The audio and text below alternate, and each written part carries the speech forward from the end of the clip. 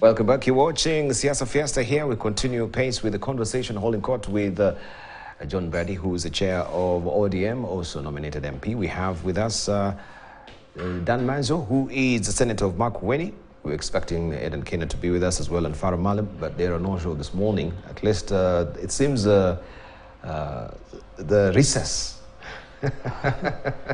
it's taking toll on them as well, and Farah Malim is wont to be sleeping through the alarm all the time. We need to waking up in the morning, all the morning. But still, we continue with the conversation nonetheless. But I want just to come to you, Dan Mazo, especially with the results. We have to speak a bit about it. We've seen the ministry has been greatly shy on ranking because of what it had really portended. Or potent before, I think that's bad English. So we can see, is the media still taking that particular initiative of tallying? And once we have the listing that are very different, you can see what is on the Daily Nation, what is on the Standard, what is on the People Daily. Well, the listing seems to be diametrically different. We'll say these are the top schools within Central. Kabarak seems to be actually now on the winning trot. Since last year it has maintained or since the 2022 it has maintained the top position, as it were.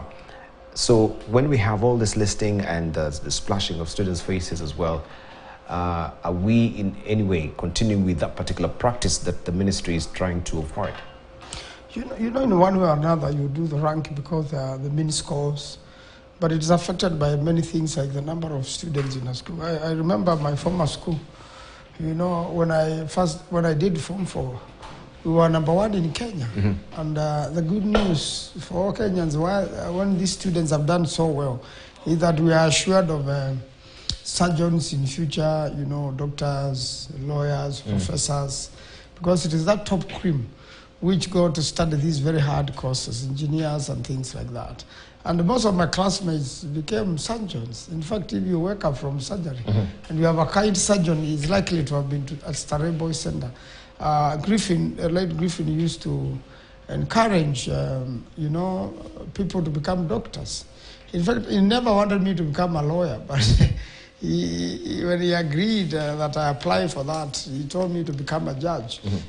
You know, it's safer that way. I'll be able to serve the people. So when you rank, like you see, Starehe Boys Center is a huge school. And although the mean score may be good, out of the smaller schools, the ranking may not top it. Because there are other schools also which don't have many students. Then they have many A's and B's and, you know, like that. And also you have not seen private schools really come to the top in this. You still seen the traditional schools, you know, public schools still perform very well, or a mixture of public and private school perform very well. So if the ministry doesn't rank, then it doesn't. If the ministry doesn't rank, you know, Kenyans will still rank the schools. And I really want to blame the ministry for not supporting my school very well. In fact, it has the Ministry of Education has dismantled the Starehe Boys Center. They want to make it a normal school. They don't want to send TSC teachers there. And they leave, instead of getting government support, the normal government support it used to have those days, and knowing that it's a school for the needy, they have gone on to not to listen to it and make sure every move to make the school perform better or remain what it used to be is curtailed. You know, like its international ties and things like that. I've tried to assist the school through the ministry, and we have been frustrated, you know, step by step. You find government officials or Ministry of Education officials who are making sure they frustrate, you know, Starehe Boys Center as much as they can. And you wonder what they use. It's a school which means well. He wants to support the community. But you don't have any scope of proof that they're being frustrated. You know, when I say mwambia ngoma uvutia kwake.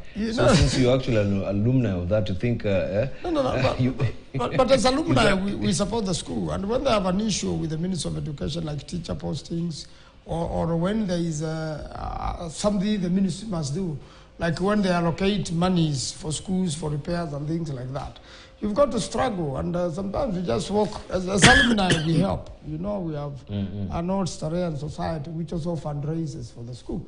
So when they have an issue, you want to approach the government to sort it out. And a lot of times when you go to the government, you'll be taken around in circles. I haven't visited the minister's office, and I would like to do so because we were with him in the parliament, and he understands education very well. He was in the committee of education. But the rest of the technocrats in the ministry, they'll make sure that